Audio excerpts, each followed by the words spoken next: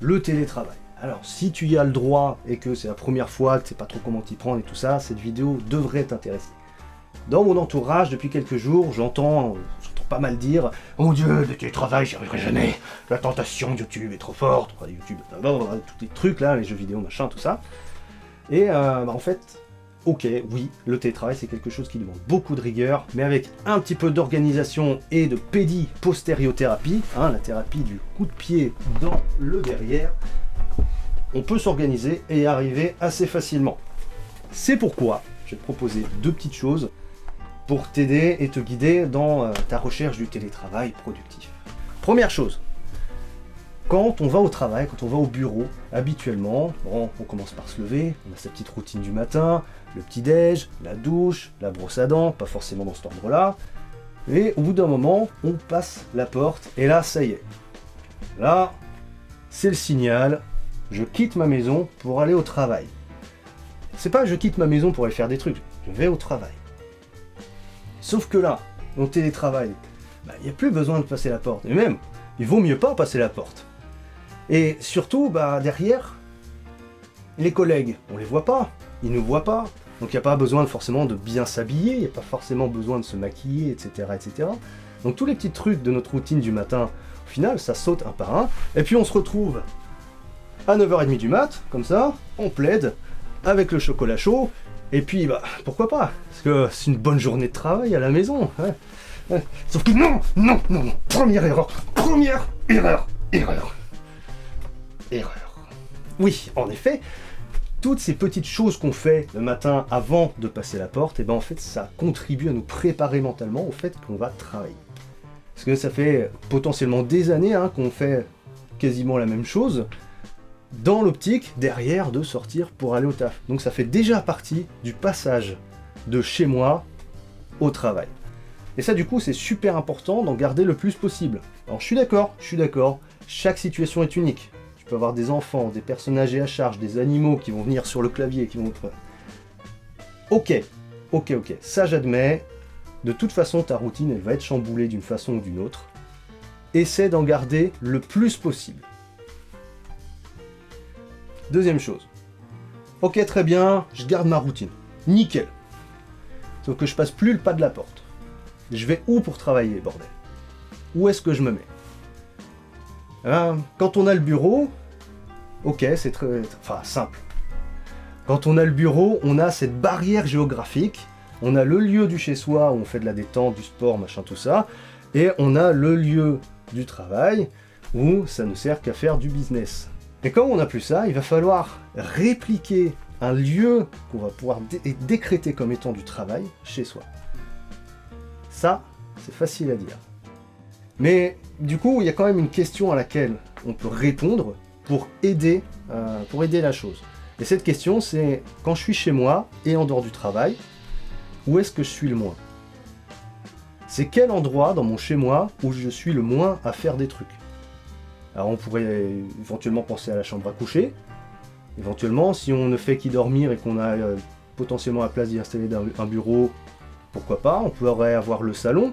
S'il n'y a pas les enfants ou les animaux qui vont courir un peu partout et brailler dans tous les sens, on peut avoir d'autres pièces, etc. Éventuellement une chambre d'amis, alors ça c'est idéal, avec les semaines qui vont venir, une chambre d'amis, pas besoin, il n'y a pas d'amis qui viennent, alors on installe un bureau, parfait, ouais, non, le commun des mortels n'a pas forcément une pièce en rab pour ce genre de choses, non.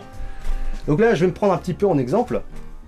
Chez moi j'ai 2 pièces qui auraient pu être candidates pour ça, un petit salon-nounet avec cuisine que j'ai installé en mode un peu cosy et qui me sert aussi de lieu de tournage. Et non, c'est pas un lieu de travail. Dans ma tête, c'est clairement pas un lieu de travail, ça ne marche pas. Du coup, il me reste l'autre pièce, le studio.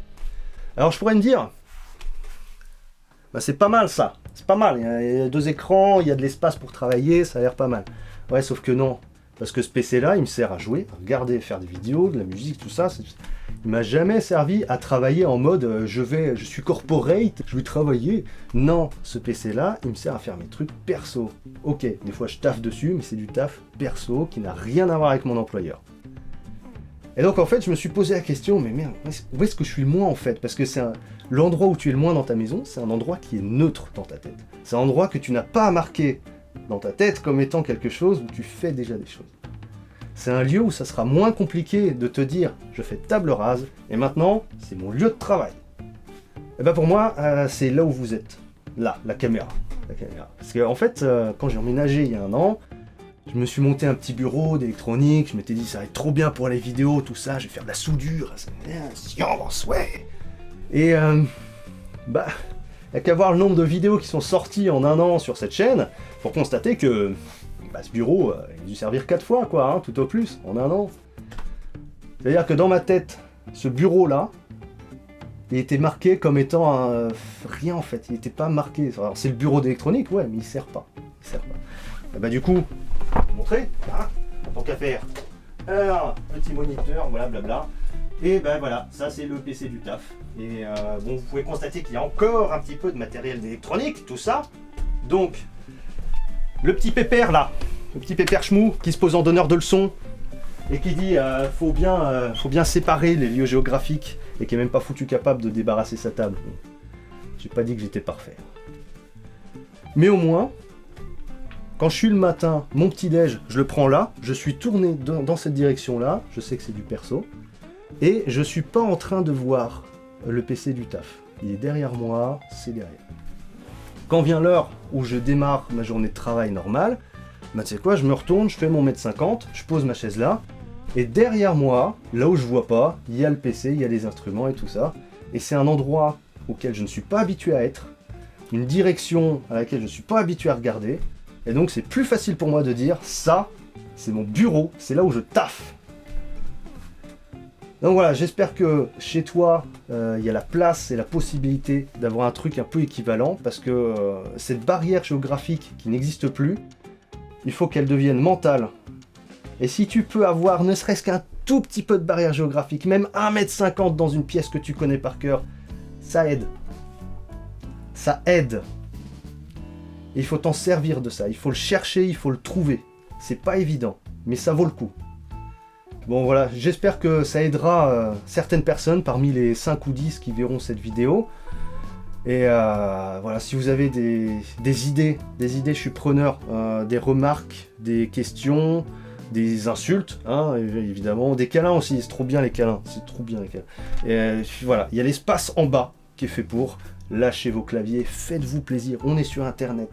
Le vrai, seul pays de la liberté, hein, on va dire ça.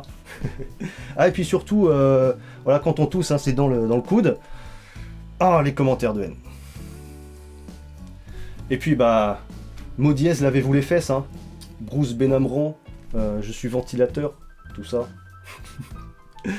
Allez, on panique pas, un peu de rigueur, un peu de coup de pied au cul, la routine, la barrière géographique, mentale, si on n'a que ça, mais faut pas se laisser abattre.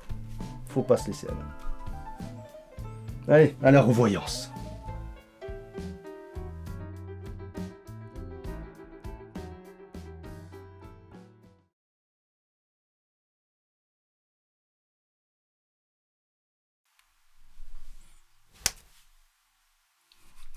Ça doit être le clap le plus merdique de l'histoire de YouTube.